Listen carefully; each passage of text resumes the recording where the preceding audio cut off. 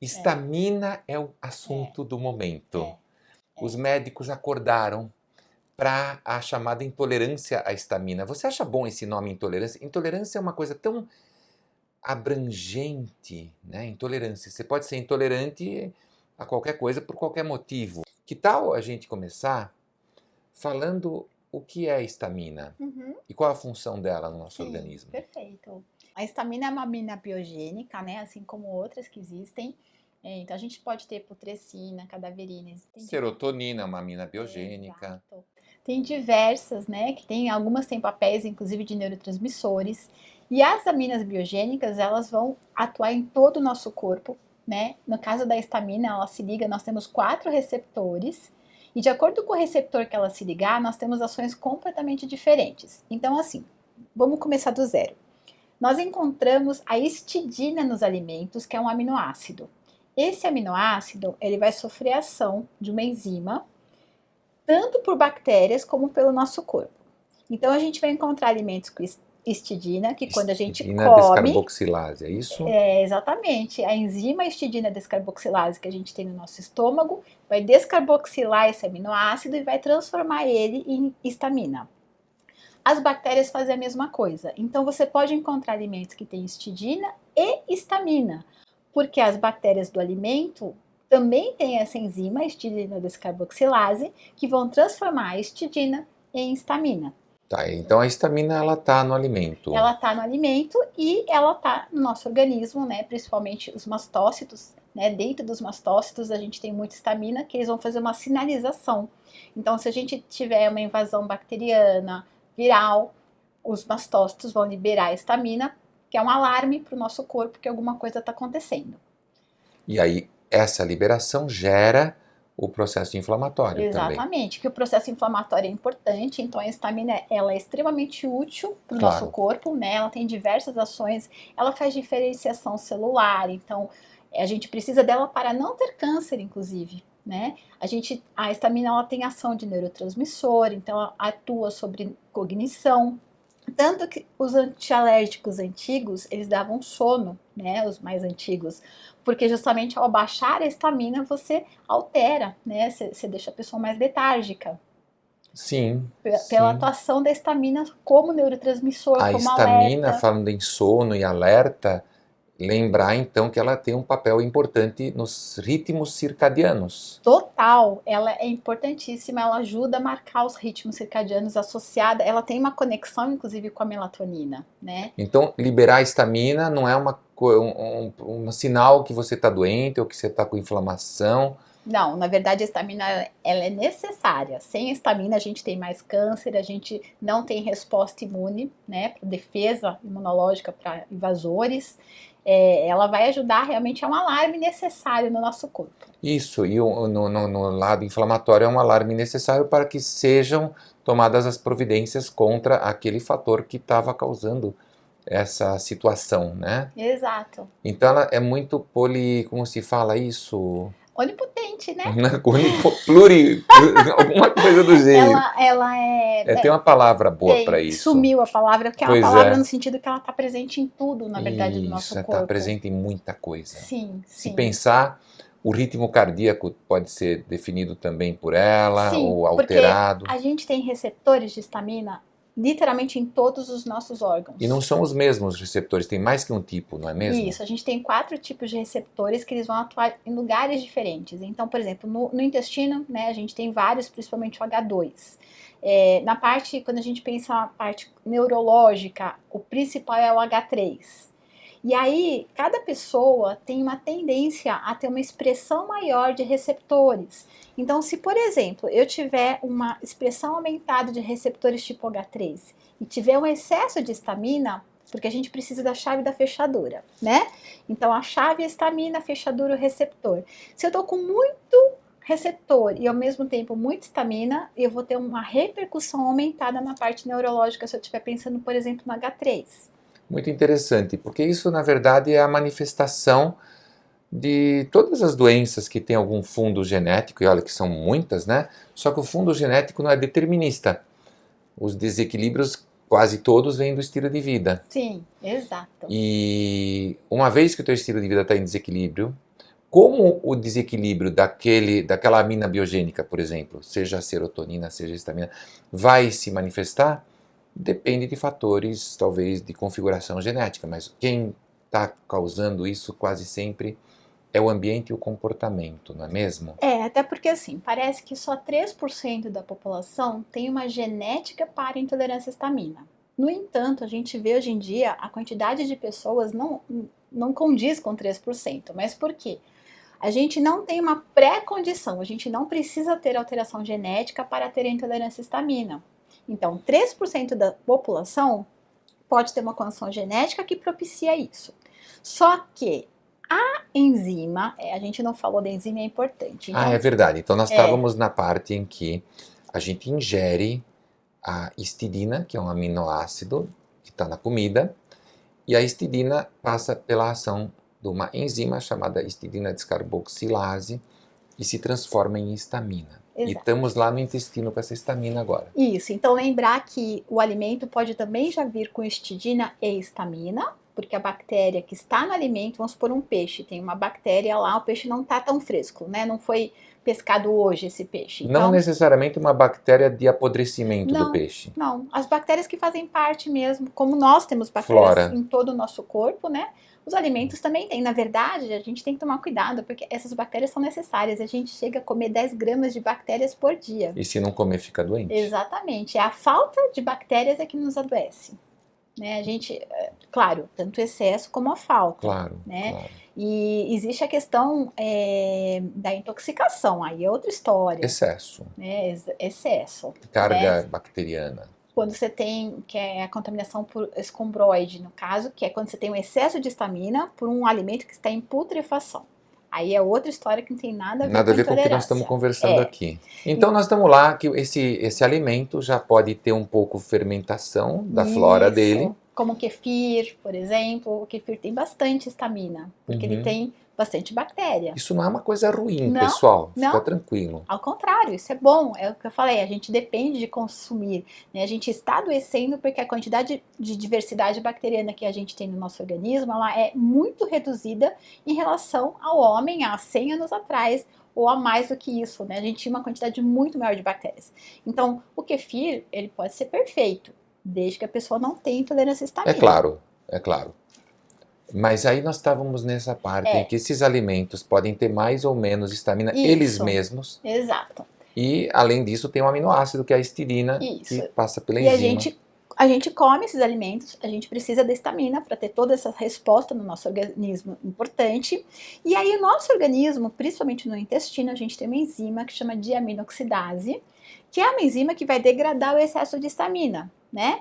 Então, a gente come o alimento, esse alimento chega no intestino, vai chegar a histamina lá e ela vai ser degradada por essa enzima, para que a gente não tenha um excesso.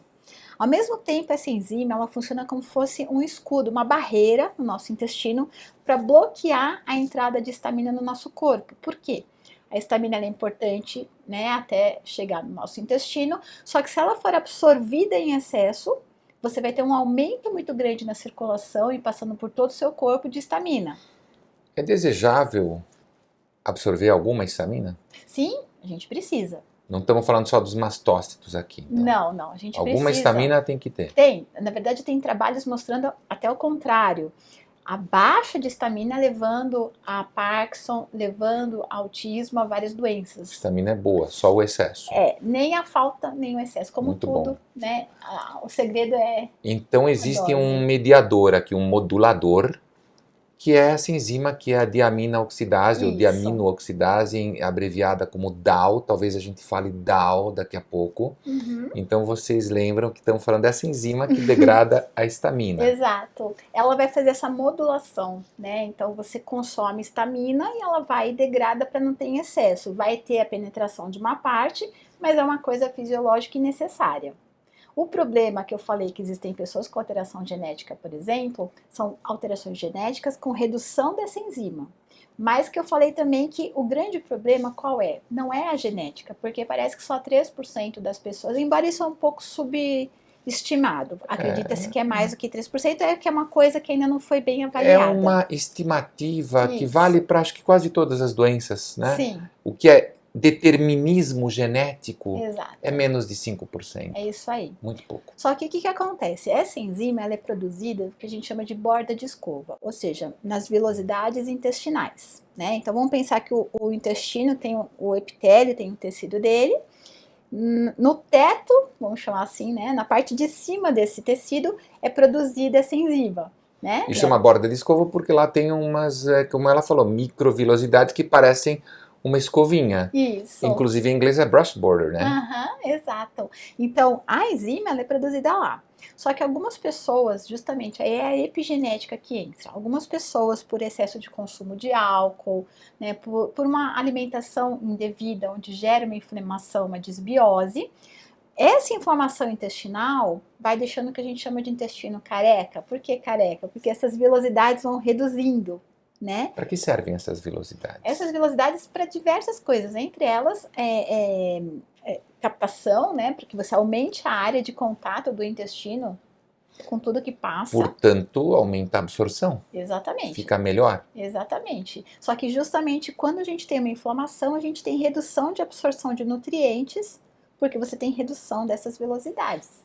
Então, quer dizer, a histamina se torna quase que o menor problema dessa pessoa, porque ela já está com falta de absorção de uma série de nutrientes, ou não é nem falta, às vezes pode simplesmente ficar, como se fala, hiperpermeável esse intestino. Na verdade, existe uma seletividade nessa borda do intestino, né? Onde a gente deveria absorver micromoléculas e não absorver macromoléculas.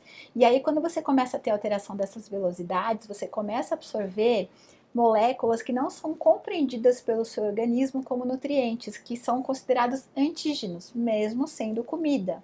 Então, vamos supor que você comeu feijão. E aí esse feijão chega lá, ele deveria ser absorvido de uma forma pequena. Como esse intestino não está trabalhando seletivamente adequado, porque está com alteração nessas velocidades do intestino, algumas moléculas que não deveriam entrar, acabam entrando do feijão, que é um alimento, mas em tamanho indevido, ele já deixa de ser um alimento e passa a ser um antígeno. Um veneninho. Que acende o alarme do organismo e induz muitas vezes a doenças autoimunes, por exemplo. É o problema do leite também. É a mesma coisa. O leite em si é bom, mas se você aí já tem essa absorção por motivos pessoais, você talvez já não come tão bem. É difícil hoje encontrar alguém que está com essa borda de escova totalmente íntegra, você não acha? Exato. E o que acontece? A enzima que digere a lactose é produzida no mesmo lugar que a enzima que quebra a histamina. Então, se a pessoa não está digerindo bem o leite, ela pode também estar com problema de histamina. Se ela tem intolerância à lactose não genética, que a maioria nem é necessariamente genética, né, como a gente falou, então se a pessoa está com alteração aí, é muito provável que ela também tenha uma alteração nessa enzima. No caso, quando é a lactose, se a pessoa, quando adulta, evita, ela deixa mais ou menos de produzir essa enzima, não é mesmo? Ela reduz a produção. Mas isso não impacta na enzima da histamina, né? Não impacta. Nesse são caso, coisas não. diferentes. Isso. São coisas Se você tem uma intolerância real, aquela que realmente você tem uma deficiência. Sim. E aí, porque talvez essa produção que é no mesmo lugar não está acontecendo, né? Exato. A produção, toda vez que tiver qualquer alteração em borda de escova, a gente tem redução de várias enzimas. A lactase, mas também de maltase, também para a histamina através da diaminoxidase. Então, aquela pessoa que come alimentos extremamente saudáveis, brócolis, e passa mal e distende, também pode estar relacionado à alteração das enzimas que ajudam na quebra desses açúcares que é produzido lá. Esses oligosacarídeos, às vezes. Exatamente. E porque às vezes a pessoa pensa que o açúcar não é doce, feijão não é doce, mas sim, tem. Então, o que estou pensando aqui? Aquela pessoa que é sensível a tudo. Eu como isso e passo mal. Como aquilo, passo pior ainda. Eu não sei o que comer porque tudo me faz mal. Essa hipersensibilidade seria um possível sinal que tem que investigar uma intolerância à histamina? Com certeza. Quando escuta esse sinal, tem que levantar o alerta, porque é aquela pessoa que come muitas vezes alimentos saudáveis. Fala, nossa, se eu comer um tomate, uma banana, uma laranja, espinafre, ou seja, a gente não está falando de frituras, a gente não está falando de leite, que muitas pessoas têm problema com leite, não está falando de glúten, que muitas pessoas podem não digerir adequadamente. Não, a gente está falando de alimentos que são considerados alimentos saudáveis, bem, que teoricamente qualquer pessoa poderia comê-los e ficar bem. E aí a pessoa quase que fala assim, olha, se eu beber muita água eu passo mal. Quase isso. E isso valeria também para remédios? Também, porque na verdade os remédios, eles atuam reduzindo, alguns remédios reduzem a produção da enzima que quebra a histamina. Um clássico é aquele antibiótico, qual que é O Clavulin, por Clavulin. exemplo, o clavulonato, ele reduz em até 90%, enquanto você está em uso, a produção da enzima. E outros que talvez a gente nem sabe. Muitos, metformina, AS, a lista é enorme. Então N-acetilcisteína, por exemplo, que não é um medicamento, né, é um suplemento, aminoácido, praticamente. e que é muito utilizado, porque a gente sabe dos benefícios dele, mas em quem tem intolerância à histamina, ele pode agravar a intolerância. A metformina, então, também poderia agravar. Mas hoje até os maiores cientistas estão tomando metformina porque baixa a glicemia, que é uma Exato. questão aqui até de longevidade, Sim. não é nosso assunto hoje, Aham. mas você pega pessoas como David Sinclair de Harvard, outros que tomam eles Sim. mesmos Hoje em dia ela é metformina. proposta como anticâncer, né, a Pois é. metformina. Mas você desaconselharia no público em geral ou você Não. só desaconselharia naquele que tem problema com a histamina?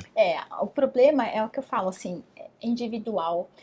Não existe nada que seja bom para todo mundo e nem que seja ruim para todo mundo. É isso que eu acredito. Tem pessoas que tomam leite também, tem pessoas que ficam mal, né? Então aqui é a mesma coisa. A metformina, em algumas pessoas, ela é necessária. Ela vai prevenir uma série de doenças e mesmo tendo intolerância à histamina, contornar de outra forma e usar a metformina. Certo. Mas eu estou pensando no não doente, que agora o saudável também está usando, né? Então, mas o saudável usar não seria problema. Entendi. Porque, teoricamente, ele produz uma quantidade boa de enzima e reduzir a quantidade um pouco dessa enzima pode não ser prejudicial. Pode até ser compensado por outras coisas que aumentariam essa enzima. Sim, essa pessoa às vezes, é que, claro, a gente está falando de uma forma muito genérica, mas talvez a pessoa já percebe, parece que depois que iniciei a metformina eu comecei com alguns sintomas. Nesses casos, investigar se tem, e pode não ter, mas ter reduzido a atividade dessa enzima. Entendi. E aí, às vezes, excluam alguns alimentos. Por exemplo, só de evitar alimentos enlatados, você já melhora. Porque o enlatado, ele está mais, digamos, há mais tempo ali. Exatamente. E por mais estéril que esteja, vai ter tido algum grau de fermentação. Vai ter mais histamina, né? Os alimentos enlatados em geral, a cerveja, o álcool, né? Porque o álcool, além dele reduzir a velocidade intestinal, reduzindo a enzima, ele também, na metabolização da histamina, que ele ajuda a quebrá-la, a mesma enzima que quebra o álcool, quebra também a histamina. Então você deixa de usar para quebrar a histamina para quebrar aquele álcool. Uau! Então dá para contornar. Dá para contornar. Dá. E o que você estava falando agora sobre cerveja, sobre alimentos fermentados, até mesmo alguns saudáveis, né? Então, falamos de um remédio, né? Agora falar até de alimentos saudáveis. Um iogurte, por exemplo, uma coalhada, tão essencial para tanta gente, para o equilíbrio da flora, um probiótico, ela pode também ser alta em histamina. Se você já tem a deficiência dessa enzima DAO, Sim. de O aminoxidase, chocolate amargo, por exemplo, é péssimo para quem já está com para quem isso. tem problema. Uhum. Entendi. Então vamos lá. Vamos ver se eu peguei a coisa. Você ingere aminoácido histidina. Isso. Essa histidina, ela passa por uma ação enzimática e se transforma em histamina no nosso intestino. Não toda, mas uma parte. Essa histamina, ela tem um destino dentro do nosso organismo, alguma. E para fora ela tem que ser, ou vai íntegra embora, ou ela passa pela ação da enzima chamada de aminoxidase, DAO. E quando isso tudo está em equilíbrio bem orquestrado, essa pessoa tem saúde boa, a histamina tem uma ação excelente no nosso sistema nervoso, na nossa digestão, na nossa imunidade, no nosso ritmo circadiano e em tantos outros mecanismos, porque, afinal, existem 4 receptores e talvez mais subreceptores de histamina, além dos receptores. Até né? porque esse quarto ele é recente que foi descoberto, nem se conhecia o receptor tipo 4. né? Então, eu acredito até que existem outros, na verdade, e que ainda não se sabe, né? Então, Exato. Muito interessante. Quer dizer, é um típico desequilíbrio. E parece que agora ele se manifesta mais. Talvez por causa do nosso estilo de vida, não é mesmo? então, várias coisas, né? Então, primeiro sim, estilo de vida, que as pessoas muito alimento industrializado, congelado, porque quando a gente congela o alimento, a gente não estaciona o crescimento bacteriano, a gente reduz, mas não estaciona. E o processo de descongelar aumenta a estamina. Claro. Então, assim, são vários fatores, porque hoje em dia não é todo mundo que consegue cozinhar todo dia, né? Então, tem alimentos congelados, ou o alimento que fica 3, 4 dias na geladeira vai aumentando. Então, mesmo que seja um alimento que não tem muita estamina, só de ficar muito tempo na geladeira vai aumentar a quantidade de O estamina. que em si não é necessariamente ruim, aqui está tendo mais gente, talvez por isso, mas talvez porque está bebendo muito, tá? Eu não sei se cigarro, tabagismo, drogas, Sim. álcool, que eu já falei, uso de bebidas adoçadas, que é tão universal, você não acha que isso Então, também? o excesso do consumo de açúcares, né, vai gerar uma fermentação intestinal e que vai também alterar a permeabilidade intestinal. Olha que interessante, quer dizer, nós estamos falando aqui das comidas e você estava preocupada com esse negócio de congelar por muito tempo, isso era tão prático para você, mas às vezes você está comendo muito açúcar Exato. ou substâncias que as bactérias do nosso intestino transformam, gostam de digerir como se fosse açúcar. Às vezes a gente não digere, mas elas digerem. E o Brasil é um dos países que mais consome, né, açúcar no mundo. É mesmo? Uhum. Agora, além disso, o que é interessante? Que com a Covid, a gente também teve um aumento. Por quê? Isso já está no site da OMS, você encontra trabalhos mostrando da relação.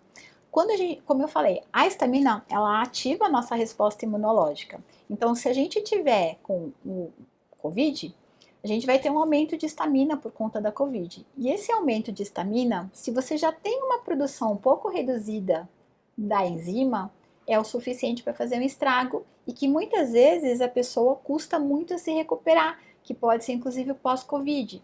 Entendi. Desculpa, o Covid longo. Mas isso também vale para qualquer outra infecção, não é mesmo? Qualquer Afinal, você infecção. vai gerar. E é isso que explica, às vezes, aquela pessoa que, depois de uma infecção urinária Isso, ou do seu perfeito. tratamento com algum É isso aí. antibiótico, começou a ter Isso, muita dor de cabeça, muita exatamente. enxaqueca. Exatamente. Piorou. Por que que piorou? Essa é uma explicação Foi o muito gatilho. viável. Talvez a única explicação que a gente sabe mesmo que tem um mecanismo. Sim, Eu normalmente, fora isso, só falo que, bom, a saída da rotina que representou essa virose. sim, Mas a virose gerou uma inflamação, essa inflamação pode ter descompensado esse sistema exato. e agora você manifesta uma intolerância. E quando eu falo da Covid, é porque isso acontece, assim como a miocardite, que ela pode acontecer em doenças virais, e a gente vê isso, por exemplo, na Covid, mas a gente vê isso em outras doenças virais Claro, também. qualquer doença. Mas o que acontece é que a Covid, ela foi muito prevalente, que foi uma pandemia. Então, uma coisa é falar, as viroses causam isso, outra coisa é a gente falar de uma virose que está acontecendo com quase todo mundo. Isso, nós Praticamente estamos todo em mundo teve. 2023, então está bem perto daquela epidemia de Covid. Então, faz sentido a gente falar dela nesse momento. Sim, nesse sentido, por ela ser tão constante, não porque seja um vírus diferente, mas porque é um vírus que basicamente Pegou em muita gente. é isso aí. E aí muita gente sentiu isso durante a E aí pandemia e além. Então isso aumentou hoje em dia. E associa que muitos desses usaram corticoides, que claro que faz parte do tratamento, Claro. né? E Não usa estou para muitas criticando. infecções, Sim. várias. Só que aí a pessoa tem a Covid, aumenta a estamina, usa o corticoide, que reduz também a enzima, né? Muitos dos antibióticos que foram utilizados em infecções secundárias da Covid, então a pessoa teve associado a Covid Uma um quadro de pneumonia, sinusite, alguma uma coisa. pneumonia, então teve que entrar também com um antibiótico. Então essa associação toda que veio acontecendo, porque antes da pandemia a gente não via tanta gente em tratamento com corticoide, com antibiótico por uma virose. Né? Então verdade. isso foi um grande gatilho, por isso que na própria OMS está publicado alguns trabalhos mostrando que um dos responsáveis ao aumento da intolerância à histamina foi a pandemia. E o estilo de vida, quer dizer, porque você come muito farináceo, você come muito açúcar, coisas que se transformam muito depressa em açúcar no organismo, você vai ter repercussões, por exemplo, até mesmo hormonais. Ganha, por exemplo, uma dominância estrogênica, você criou muita gordura, você começou a ter um problema de hormônio. E aí esse problema de hormônio afeta diretamente a histamina ou indiretamente através da enzima DAO que digeriria a histamina? Afeta, porque quando a gente. O que é uma dominância estrogênica? Né? A dominância estrogênica não necessariamente é um aumento de estrogênio. Que a gente vai pensar muitas vezes assim, a pessoa está com estrogênio alto. É uma não. desproporção. Exato, a gente precisa ter uma proporção entre estrogênio e progesterona.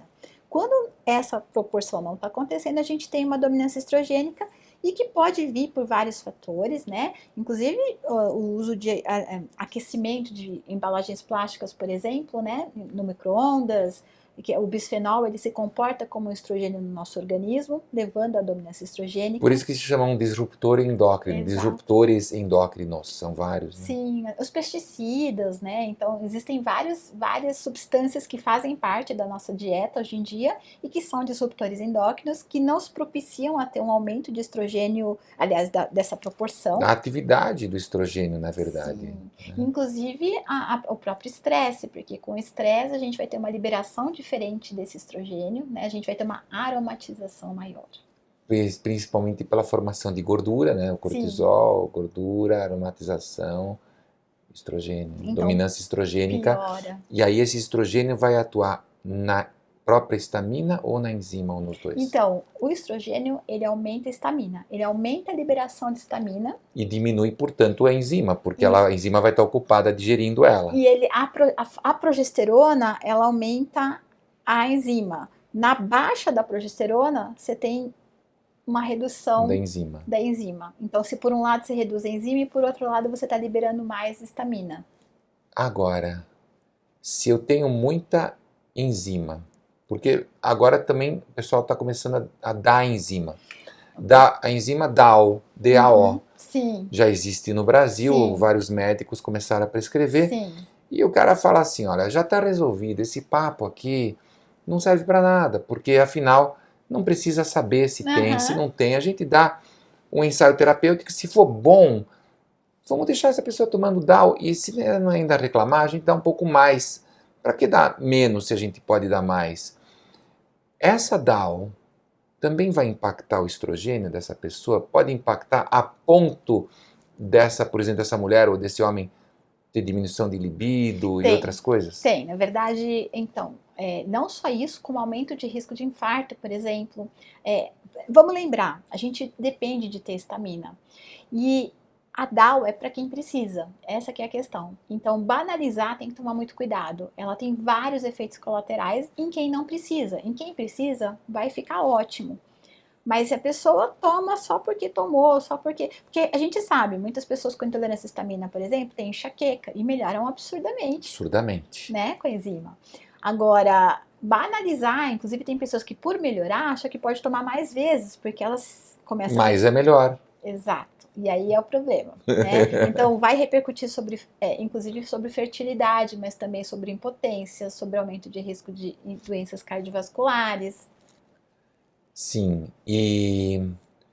mas um ensaio terapêutico curto para ver se é uma coisa a ser perseguida pode ser algo inteligente, né? Por alguns dias. Ensaio terapêutico é o seguinte, sim, olha, eu acho que você pode ter, certeza. Antes de a gente investigar com exames, sim. Vamos te dar uma enzima? Nossa, é vida. Porque para quem precisa, gente, até porque... Melhora na hora e aí a gente examina, a gente suspende e examina. Porque o problema é a longo prazo, é uma dose exagerada, então você tem que saber a dose que vai ser utilizada e o período que você vai utilizar e acompanhar o paciente, né? E se a pessoa, o profissional médico não tem acesso a DAO agora, ele pode até usar um antihistamínico, mas cuidado para não manter esse antihistamínico disfarçando esse problema. Por que deveria ter esse cuidado? É porque assim, os antihistamínicos, eles podem ser usados na intolerância à histamina porque eles vão inibir aquilo que eu falei de chave fechadura, né?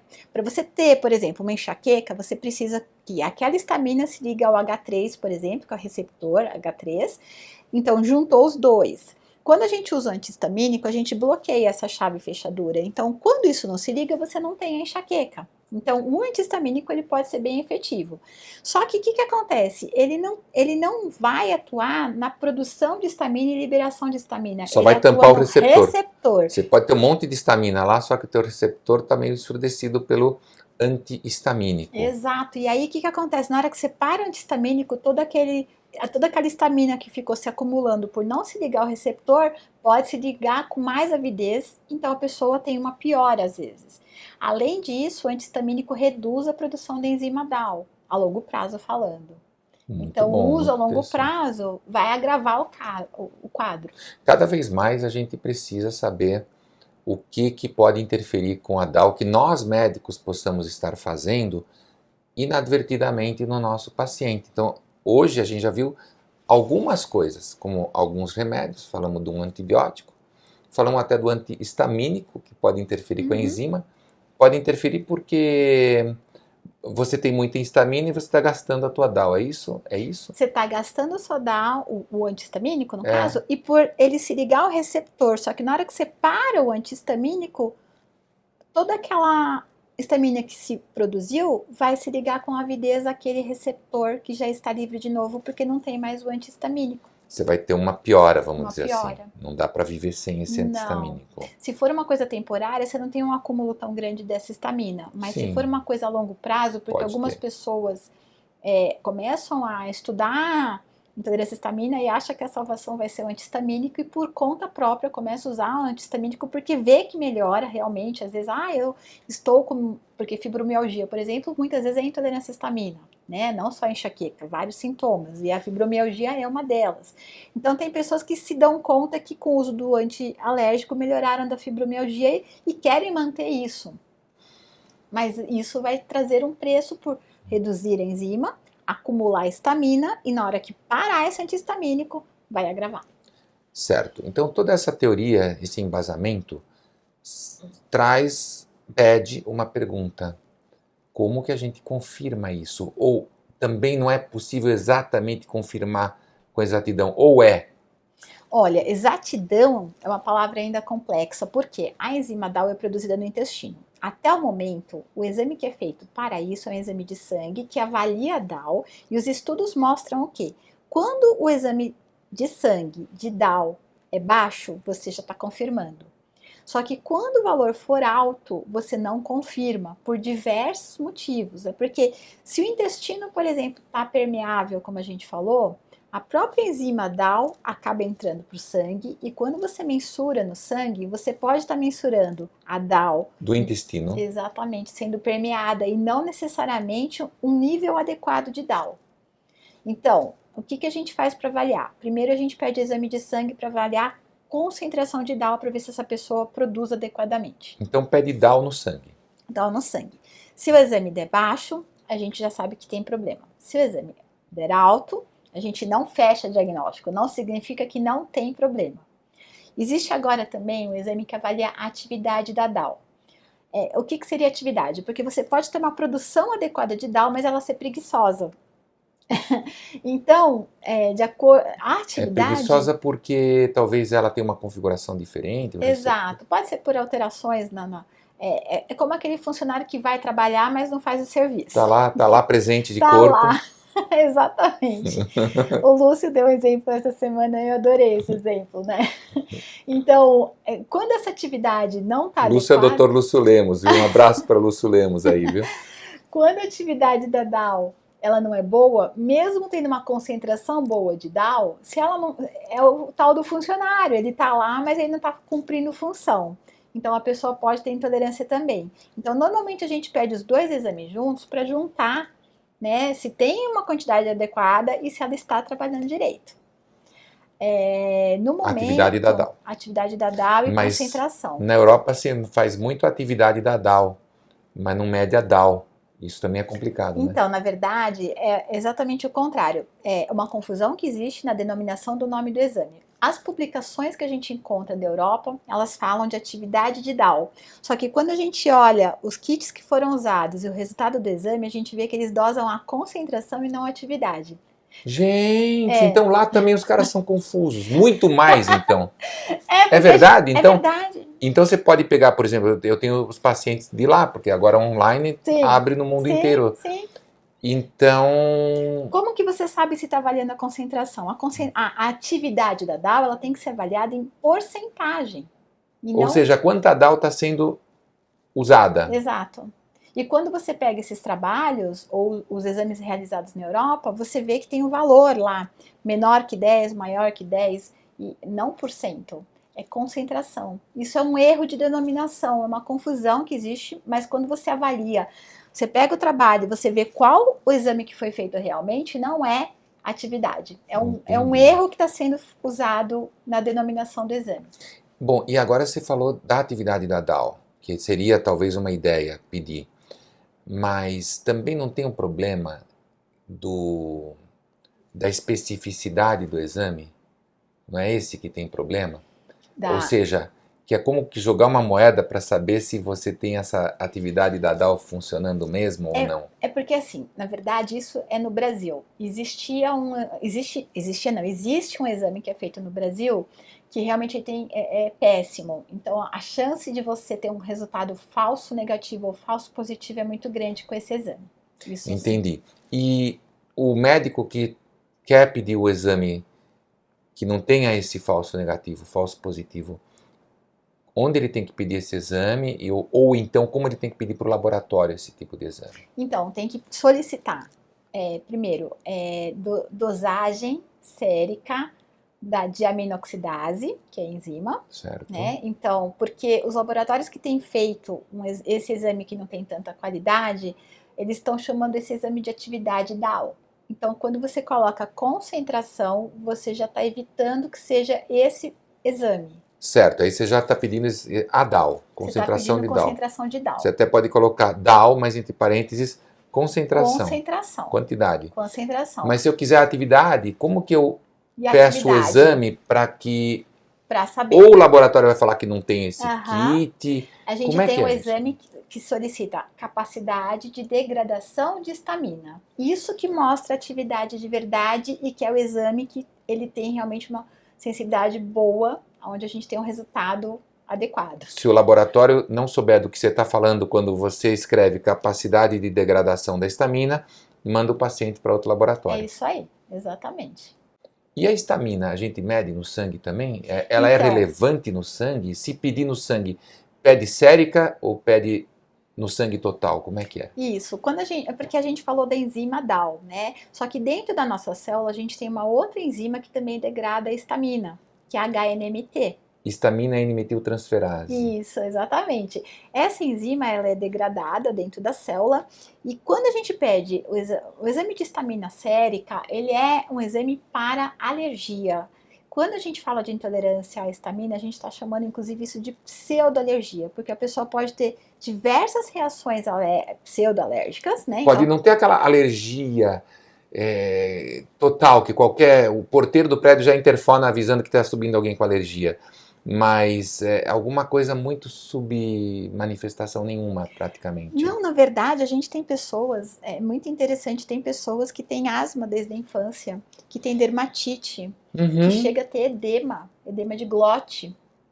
Por qualquer coisa. E que, na verdade, o problema é a intolerância à histamina. Muitas delas você dosa IgE e é normal a IgE. Porque, na verdade, é o que a gente chama de uma pseudoalergia, que é relacionada à intolerância à histamina. Não sei se ficou complexo. Ficou claríssimo. Ficou? Tá.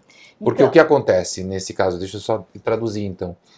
O que está acontecendo é que essa pseudoalergia, essa intolerância à histamina está sendo manifestada com esse chiado no peito, essa asma, ou uma hiperreatividade brônquica levando a outras coisas. Sim, eu gosto até de falar assim, se você come e depois que comeu tiver algum tipo de reação, tem que ficar atenta para intolerância à histamina. Que tipo de reação? Então, a pessoa que começa a começa a se coçar, começa a ter coceira no nariz, começa a ter tosse, dá uma espirradinha, diarreia imediato depois que comeu ou pouco tempo depois.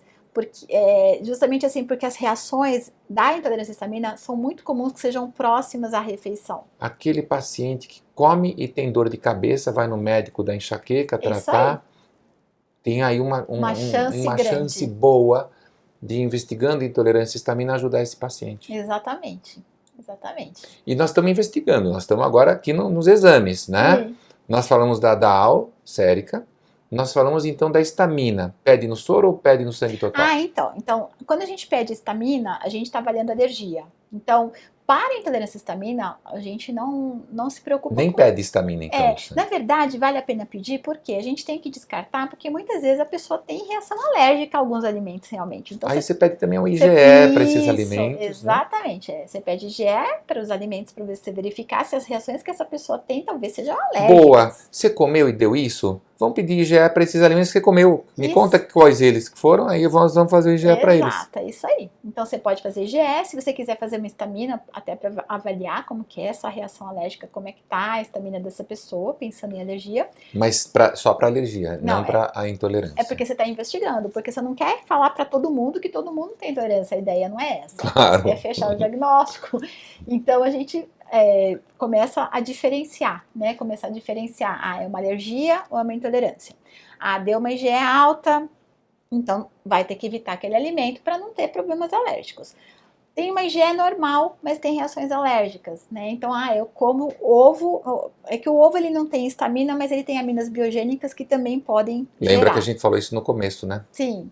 E aí a questão de solicitar a histamina seria para descartar, mas existe a histamina total. O que é a histamina total? Intracelular, a gente tem aquela enzima que degrada a histamina. Que é a HNMT, histamina N-metiltransferase. Exato. Então, essa enzima, em algumas pessoas, ela também ela tem uma atividade ruim e não degrada adequadamente. Então, essa pessoa pode ter depressão, déficit de atenção, vários sintomas relacionados à alteração dessa enzima. Quando a gente quer saber se essa enzima está degradando a histamina intracelular, a gente tem que solicitar a histamina total. Porque a histamina total, ela vai ver exatamente a histamina como foi degradada intracelular. Ou seja, você vai na total ver a extracelular, que é irrelevante. Uhum. Pode estar alta, pode estar baixa, mas se tiver alta deve ser um processo do mastócito. Exato. Isso, que pode ser até uma mastocitose. Degranulação do mastócito aí, Sim. indevida. Ou, quando você pede a total vai ter essa e vai ter também a das células que estão no sangue, por exemplo, os glóbulos vermelhos. Sim, exato. Mas aí, por exemplo, se a tua histamina estiver alta por um processo alérgico, vai ficar irrelevante essa total, porque vai estar alta também. Não, porque intracelular você tem que degradar essa histamina, ela não pode ficar alta. Então essa enzima é justamente para não deixar esse excesso de histamina, porque o excesso de histamina intracelular atua inclusive a nível cerebral. Então tem que ser de sangue centrifugado para ver só o sedimentado, para ver só como que está nas células? O que eles avaliam é intracelular. Então, mas quando eu peço histamina total, então não vê no soro, mas nas células? Não, é intracelular. Só pede total que vai ver nas células. Exato. Tá. Histamina total. Então isso é uma coisa. Então, por enquanto, nós estamos na seguinte situação. Se pedir a histamina total, pode ter uma ideia da atividade ou da presença ou da competência da HNMT. Mas, se o problema for com a DAO, você ainda não conseguiu fechar o diagnóstico, correto? Porque se estiver baixo, você pode dizer que é uma provável intolerância à histamina. Isso. Se tiver alto ou normal, você ainda pode ter uma intolerância à histamina, mas não pegou por causa daquele que nós falamos anteriormente. E agora, como é que a gente continua isso? Então, na verdade, assim, quando a gente junta a capacidade de degradação de histamina com a concentração de histamina, em geral a gente consegue ter um resultado nas pessoas que têm intolerância. Quando isso não acontece, que pode acontecer de você ter uma suspeita grande, porque a pessoa come, tem rinite, tem enxaqueca, tem sintomas imediatos. Outro dia foi engraçado, uma paciente que tem apneia obstrutiva do sono, enfim, ela tem bruxismo, ela falando assim, nossa, mas eu como espinafre, eu passo mal, eu como berinjela, me dá enxaqueca, eu como não sei o quê. E ela descrevendo todos os alimentos com estamina alta, eu falei assim, gente, mas você estudou? Porque a impressão que dava é que ela tinha pegado toda aquela lista decorado, de alimentos, porque ela fala, então é aquela pessoa que você fala assim, não é possível, ela deve ter intolerância, porque ela tem várias reações imediatas após comer esses alimentos, né? Então, claro, se você pega uma paciente dessas e dá um valor alto nesses exames, você tem que seguir a investigação. Porque clinicamente você vê que ela está mostrando que ela tem. É importante você ter a clínica e não ficar medindo loucamente. Também, exato. É um erro hoje em dia, a medicina mede tudo toda hora e depois não sabe o que fazer com esses resultados. É isso aí, exato, você tem que entender. E aí? Agora já estamos nessa paciente, já falou tudo isso, deu a estamina alta. Então a gente faz, um dos outros exames que a gente tem que fazer, que é interessante, é o exame coprológico, com marcadores fecais, onde a gente vai ver permeabilidade intestinal, por exemplo, que vai justificar uma concentração alta de DAO, mesmo numa pessoa com DAO baixa. Que interessante, então no exame de fezes que a pessoa pede lá no laboratório, vem tudo isso, não? Não é todo laboratório, infelizmente, que faz, né, aqui no Brasil. Então é só pedir um exame de fezes que vai ver tudo isso. Então. Você tem que solicitar um exame, tem que achar um laboratório que realmente faça, né? E se você simplesmente pedir o que você quer nas fezes, por exemplo, estamina, ajuda? Todo laboratório faria? Não. Tem que ter o kit lá deles lá. Tem. E até você falou uma coisa interessante, então dá para ver como que a pessoa está digerindo os alimentos, dá para ver se ele tem uma hiperpermeabilidade intestinal, dá para ver se falta alguma enzima digestiva nessa pessoa, se não é o que você come, se é o que você absorve. Exato. E se você não absorve, sabe o que vai acontecer? As bactérias que moram no teu intestino vão começar a absorver aquilo, vão começar a se hiperproliferar, e você começa a ter doenças como a tal da SIBO, não é mesmo? Exatamente. E aí essas bactérias todas, SIBO é Small Intestinal Bacterial Overgrowth, hipercrescimento de bactérias no intestino delgado. E isso vai aumentar a tua estamina, pelo que nós estávamos falando até aqui. Sim, porque várias dessas bactérias relacionadas à disbiose liberam estamina. Então vão aumentar a estamina. Deixa eu entender, que eu estou começando a ficar confuso aqui. A gente sempre ouve que disbiose é só dar probiótico, Janete. Aliás, você enche a pessoa de probiótico, que tá tudo jóia. Tem umas caras, para que dá 2 bilhões? Dá logo 20, dá 200 bilhões. Não seria isso então, Janete? Então, muito pelo contrário. Muitos desses probióticos são produtores de estamina. Os lactobacillus acidófilos, por exemplo. Tanto é que por isso que no iogurte a gente tem problema de tomar o iogurte, muitas vezes, na intolerância à histamina, porque o lactobacillus acidófilos aumenta a produção de histamina, entre outros, né? Então, diversos desses probióticos são produtores e podem agravar o caso. Não é para sair correndo. Todo mundo hoje quer tratar a disbiose, só que encara esse tratamento unanimemente com aquele pool de probióticos, né? Toma o pool aí que... É um grande erro, é muito triste, porque assim, a disbiose ela é real, né? E a gente cada dia mais relaciona diversas doenças do nosso organismo com a disbiose, né? O problema é a banalização, achar que tomar glutamina, porque a glutamina também, né? É glutamina e probiótico, eu falo sempre assim, e água com limão, todo mundo é a mesma coisa. Né? Então, água com limão é ótimo, mas assim, não é para todo mundo. Cada pessoa tem uma necessidade, né, que tem que ser individualizada. Então, o probiótico ele pode agravar muito o caso. E quando a gente fala em tratar a disbiose, primeiro a gente investigar e descobrir o que leva essa pessoa à disbiose. Então, eu falo assim, dieta, por exemplo. Não existe uma dieta boa para todo mundo. Tem pessoas que vão se beneficiar com um pouco mais de carboidrato, tem pessoas que um pouco de carboidrato já é um estrago. Quando a gente faz alguns exames como esses, intestinais, a gente vê pessoas que às vezes estão fazendo uma dieta super boa, saudável, mas que tem, por exemplo, um excesso de amido no intestino. Porque essa pessoa não está conseguindo metabolizar esse amido, esse carboidrato. Talvez as enzimas não estão boas. Diversas coisas podem acontecer. Então, às vezes a pessoa está muito estressada, ela começa a produzir menos enzimas digestivas e fica um excesso de carboidrato lá. E é bem quando ela está estressada que ela vai exagerar no carboidrato. É isso aí, olha exatamente. Só. Então, olha como que um exame de fezes, que você começou a falar, porque mede a estamina, pode ser importante, mas não é um exame de fezes normal. Esse é um exame coprológico funcional, é isso? Exato, coprológico funcional, que é assim, é um exame maravilhoso, né? Já se usa há um século, já existe. Com o aparecimento de ultrassom, de equipamentos mais tecnológicos, caiu um pouco em desuso, né?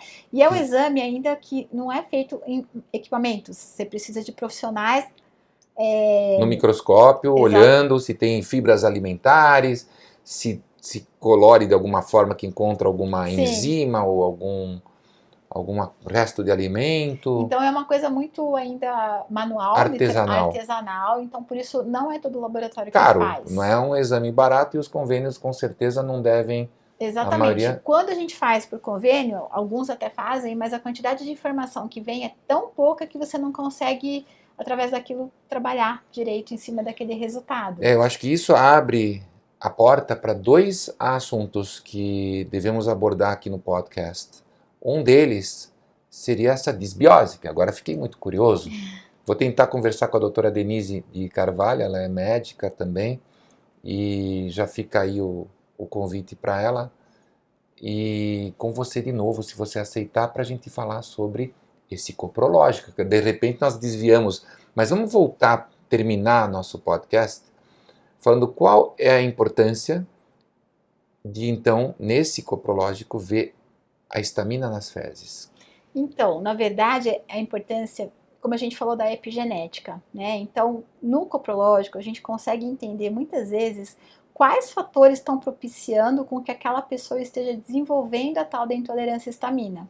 Então, se a pessoa, por exemplo, por algum motivo não está produzindo sais biliares suficientes, ela vai ter uma má emulsificação de toda a gordura que ela come, e isso vai ficar sobrando naquele lume intestinal.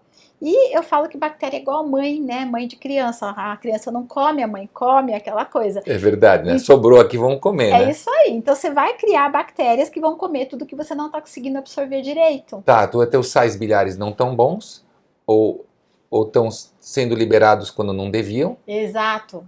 E aí isso vai mexer com o jeito que esses alimentos foram digeridos, e aí tudo que não foi digerido, as bactérias vão atuar, é isso? Você vai ter um aumento de bactérias para degradar aquele alimento que você não conseguiu degradar direito por motivos fisiológicos.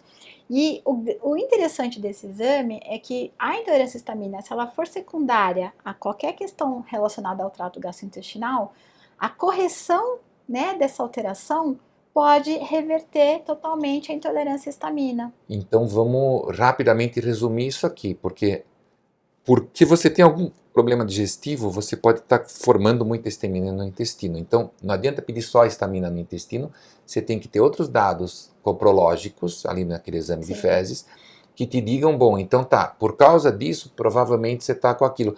Percebe que esse tipo de ação médica não é aquela ação, ó, deu positivo, toma isso, deu negativo, toma aquilo. Envolve o médico ir se familiarizando com esses exames, adquirindo um conhecimento legal. Eu sei que você dá um curso, não é mesmo? Sim. Justamente de intolerância à histamina, marcadores fecais.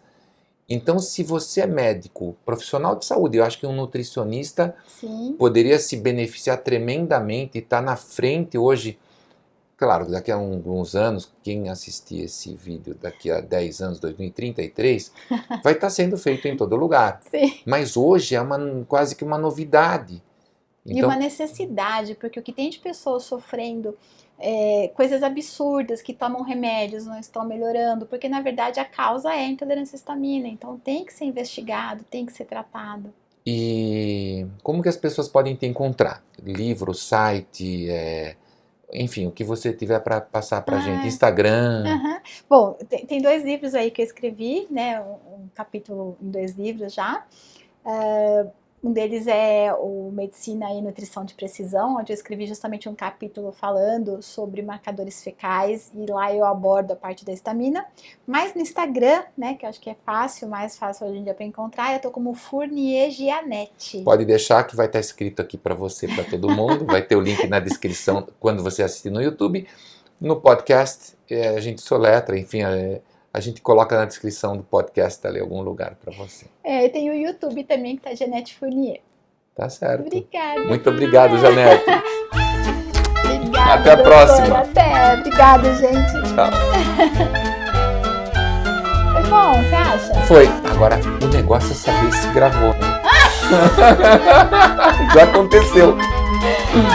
Terminou, tal, você vê, se matou para chegar aqui. Aí de repente não deu certo. Já pensou? Nós vamos descobrir agora.